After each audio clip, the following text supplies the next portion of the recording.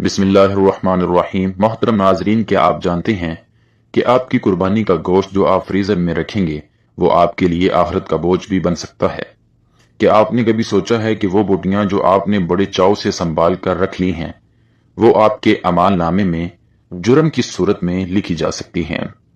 آج کی اس ایمان کو جھنجھوڑنے والی ویڈیو میں ہم بات کریں گے ایک ایسے عام مگر مہک عمل کی جسے بہت سے مسلمان معمولی سمجھ کر روز کرتے ہیں، مگر وہ عمل ان کی قربانی کو بے روح، ان کے دل کو بے ایمان اور ان کی نیت کو دنیا پرست بنا دیتا ہے۔ جی ہاں، ہم بات کر رہے ہیں قربانی کے گوشت کو فریزر میں ذخیرہ کرنے کی عادت پر، ایک ایسی عادت جو معاشرے میں غربت، حسد، بے برکتی اور روحانی ازوال کو جنم دیتی ہے۔ یہ ویڈیو صرف ایک فتویٰ نہیں، ایک پیغام ہے، ایک دعوت ہے واپسی کی، اخلاص، آثار اور قربانی کی اثر روح کی طرف۔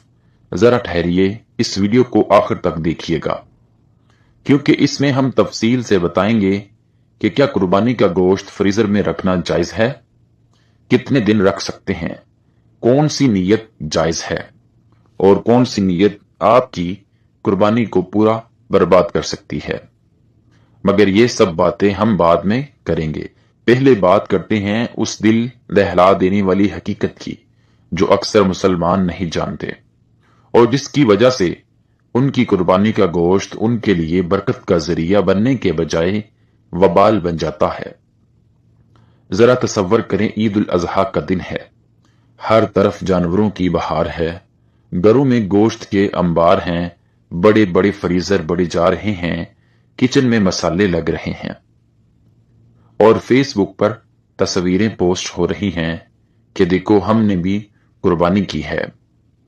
لیکن کیا واقعی ہم نے قربانی کی یا ہم نے محض گوشت کا کاروبار کیا؟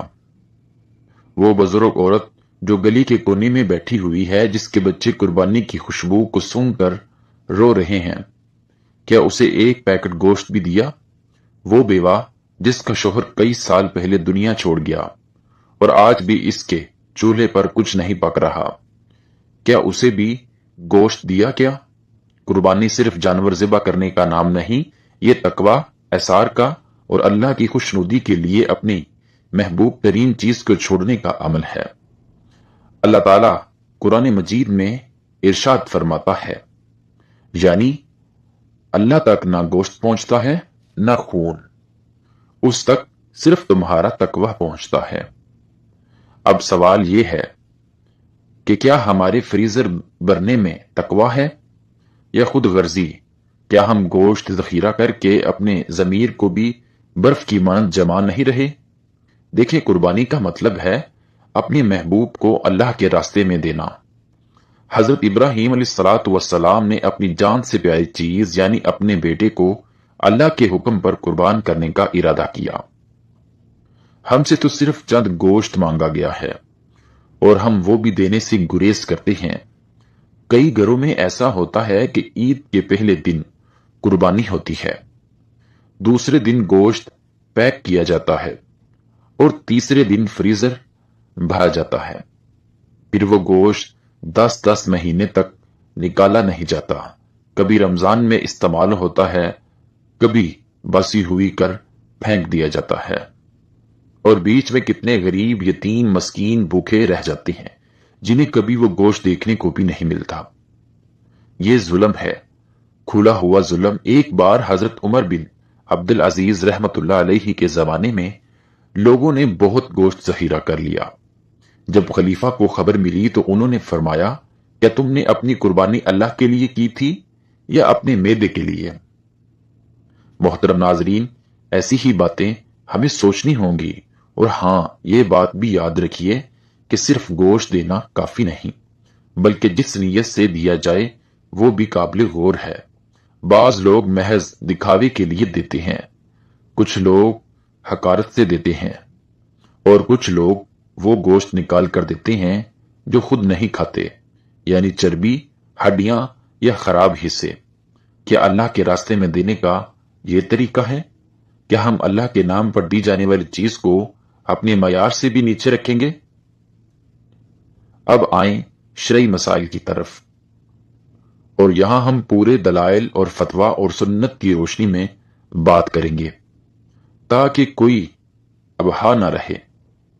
نبی کریم صلی اللہ علیہ وسلم نے قربانی کے پہلے سال میں فرمایا، تم گوشت کو 3 دن سے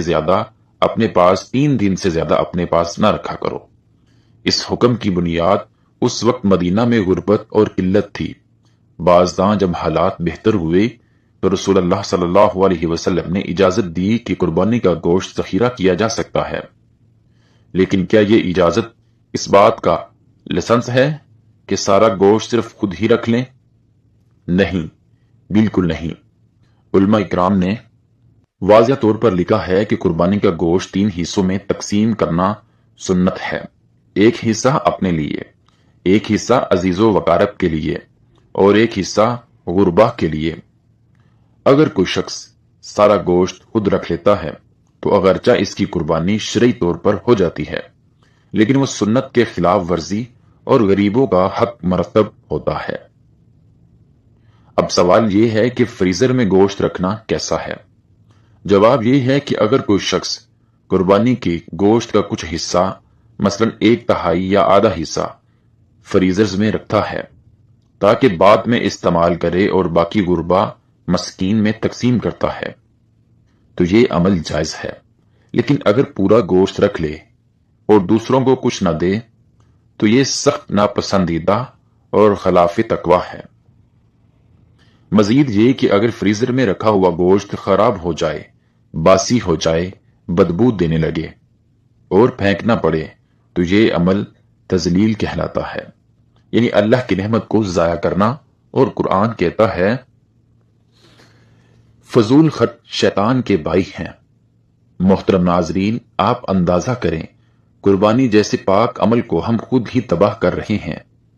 بعض لوگوں کی دلیل ہوتی ہے کہ ہم گوشت غریبوں کو دینا نہیں چاہتے کیونکہ وہ اسے بیچ دیتے ہیں یا ضائع کرتے ہیں، تو ان کے لیے عرض ہے کہ نبی کریم صلی اللہ علیہ وسلم نے فرمایا، صدقہ دینے کے بعد تمہارا عمل مکمل ہو جاتا ہے، آگے کیا ہوتا ہے وہ تمہاری ذمہ داری نہیں، اور اگر واقعی آپ کو کسی کا رویہ ٹھیک نہیں لگتا تو کسی دوسرے مستحق کو دیں، لیکن دینا چھوڑ دیں یہ نہ کریں۔